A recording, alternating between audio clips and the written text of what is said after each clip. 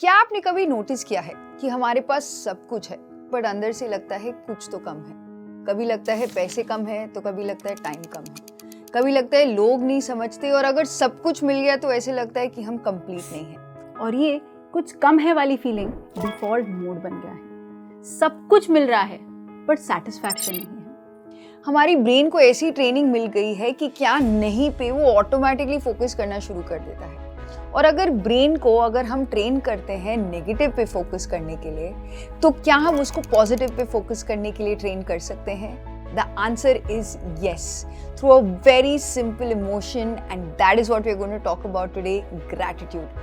तो आज की वीडियो में हम जानेंगे कि क्यों पॉजिटिविटी हम इतनी जल्दी भूल जाते हैं, कैसे ग्रैटिट्यूड हमारे ब्रेन और हार्ट को रिवायर करता है, और हम ये भी जानेंगे ऐसी सिंपल प्रैक्टिसेस जो साइंटिफिकली प्रूवन है ग्रैटिट्यूड के माध्यम से हम कैसे स्ट्रेस और एंजाइटी को कम कर सकते हैं।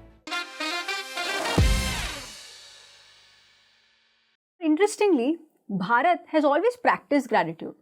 शब्दों में नहीं पर रिचुअल्स में प्रैक्टिस करता है।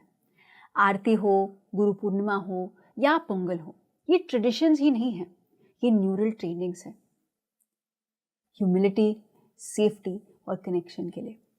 साइंस भी आज ये कह रही है कि ग्रैटिट्यूड सर्किट्स हमारे एम्पैथी और पीस सर्किट्स को एक्टिवेट करते हैं। हमारे पूर्वजों ने इसे रिचुअल बना दिया था ताकि हम ग्रैटिट्यूड सिर्फ सोचे नहीं, हर दिन में जी सके।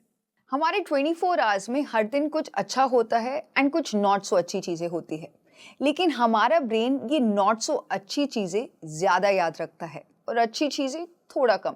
हार्डवायरिंग हैप्पीनेस के ऑथर और न्यूरोसाइकोलॉजिस्ट डॉक्टर रिक हैंसन कहते हैं, the brain has evolved into a negativity bias, like Velcro for bad and Teflon for good.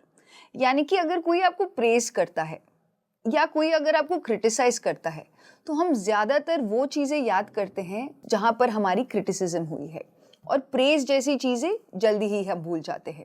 ये इसलिए होता है क्योंकि हमारे ब्रेन में एक छोटा सा पार्ट हिपोकैम्पस है जो नेगेटिव या स्ट्रेस मोमेंट्स को ज्यादा रिकॉर्ड करता है, और यही चीजें जो मन में रिकॉर्ड हो जाती है यही आदत भी बन जाती है।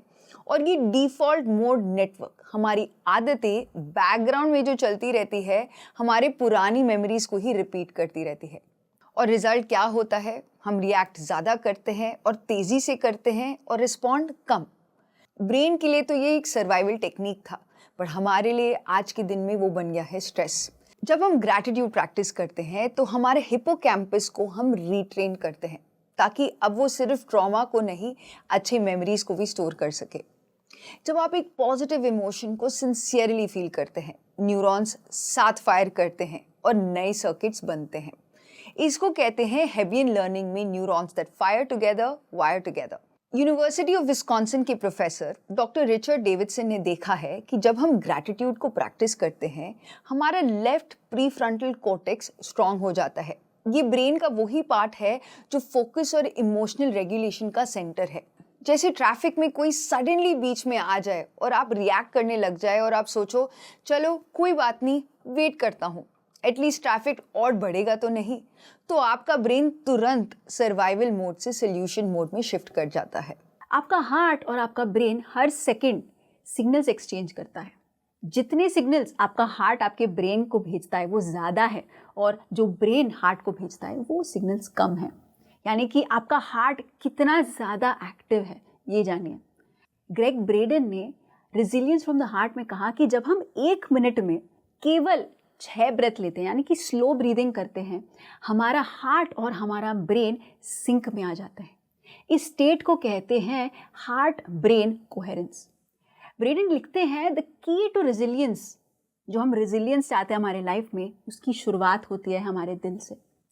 इस मोमेंट में बॉडी को सिग्नल मिलता है you are safe. Blood pressure, heart rate और स्ट्रेस हार्मोन्स बैलेंस हो जाते हैं। जो हमारा एक्चुअल की है हमारे ब्रेन और हमारे हार्ट को सिंक मिलाना, और ये पॉसिबल केवल है अपनी ब्रेथ को रेगुलेट करके। एक्सपेरिमेंट करके देखिए और कमेंट करके ज़रूर बताएं कि ये 1 मिनट में 6 ब्रेथ लेने से आपने अपने अंदर क्या बदलाव देखा। एक ग्रैटिट्यूड स्टडी में देखा गया था कि जो लोग ग्रैटिट्यूड जर्नल में लिखते हैं वो बेहतर स्लीप, लोअर ब्लड प्रेशर और स्ट्रॉन्गर इम्यूनिटी को अपने जीवन में एक्सपीरियंस करते हैं। सिमॉन्स यूनिवर्सिटी के मेटा एनालिसिस ने ये बताया है कि जब हम डेली ग्रैटिट्यूड देते हैं या प्रैक्टिस करते हैं तो हमारे कॉर्टिसोल लेवल्स यानी कि हमारे स्ट्रेस हार्मोन्स गिर जाते हैं और जो हमारा बॉडी का नेचुरल हीलिंग मैकेनिज्म है, जो पैरासिम्पैथेटिक नर्वस सिस्टम है, वो एक्टिवेट हो जाता है। मतलब जब आप दिल से किसी को धन्यवाद देते हैं या कहते हैं, आपका बॉडी लिटरली रिपेयर मोड में चला जाता है। जब आप किसी को दिल से थैंक यू करते हैं या थैंकफुल फील करते हैं, थैंकफुल होते हुए देखते भी हैं, तो हमारा ब्रेन लिटरली उस बिहेवियर को देखकर उसको समझने की कोशिश करता है और वही करने भी लगता है। इसको साइंटिफिकली कहते हैं मिरर न्यूरॉन्स। तो जब आप ये चीज़ को देखते भी हो, किसी को ग्रैटिट्यूड देते हुए देखते भी हो, तो आप भी ग्रैटिट्यूड फील करना शुरू करते हैं। इसीलिए आप दिल में वो वार्म फीलिंग भी फील करते हो। यानी ग्रैटिट्यूड सिर्फ हमारी इनर पीस के लिए नहीं है, हमारे समाज में एकजुट होने के लिए भी, एक ट्रस्ट और कनेक्शन को डीपन करने के लिए भी बहुत महत्वपूर्ण भाग निभाता है। तो प्रैक्टिकली हमें क्या करना चाहिए जिससे हम इस प्रूवन साइंस को, इस डीप स्पिरिचुअल प्रैक्टिस को अपने जीवन में अपना सके? सबसे पहला स्टेप है story recall. Try to remember a moment in your life जहाँ पर आप किसी को ग्रैटिट्यूड देना चाहते हो या किसी ने आपको ऑलरेडी ग्रैटिट्यूड दिया है। जिन्होंने आपको ग्रैटिट्यूड दिया है वो आसानी से याद हो जाता है, बट जिनको आप ग्रैटिट्यूड देना चाहते हो, ये वो भी हो सकते हैं जिनको आपने अभी तक प्रॉब्लम या चैलेंज मान लिया है अपने जीवन में। जब हम उस एक मेमोरी को याद करते हैं और उस मेमोरी में अब कॉन्शियसली हम अपने दिल से फील करते हैं कि जो भी, भले उन्होंने हमारे साथ जो भी किया हो, वो परिस्थिति ने जो भी सिचुएशन हमारे सामने, जो भी तकलीफ़ें प्रेजेंट किए हों, you now give it thank you. आप उनको धन्यवाद दीजिए कि थैंक यू मेरे जीवन में आने के लिए, थैंक यू मेरे जीवन में वो संघर्ष की परिस्थिति लाने के लिए, ताकि मैं उससे कुछ सीख सकूं, मैं आगे बढ़ सकूं। इसके बाद स्टेप 2 में हम करेंगे हार्टफुल ब्रीदिंग। लंबी सांसें लीजिए। इमेजिन कीजिए कि ये सांसें आपके दिल से आ रही है। इमेजिन कीजिए वो सारे ग्रैटिट्यूड के फीलिंग्स, सारे वो परिस्थितियाँ, लोग, सिचुएशंस जिनको आप कृतज्ञता देना चाहते हैं। डीपली इमेजिन कि ये सांसें आपके हार्ट सेंटर्ड स्पेस से निकल के इस पूरे ब्रह्मांड की ओर स्प्रेड हो रही हैं। एंड जब आप इसी स्टेप को कंटिन्यू करते हैं, हमारा तीसरा स्टेप है इस फीलिंग को तकरीबन 10 से 20 सेकंड तक कंटिन्यू कीजिए। इस फीलिंग को पूरी तरीके से महसूस कीजिए। ये हमारे हिपोकैम्पस में एक काम मेमोरी बनाता है। बस इतना ही। दिन में 3 बारी, जब भी आपको समय मिले, ये सोने के पहले भी हो सकता है या दिन में सबसे पहले सुबह उठने पर। ये एक सिंपल प्रैक्टिस आपके ब्रेन के सॉफ्टवेयर को अपडेट कर देता है।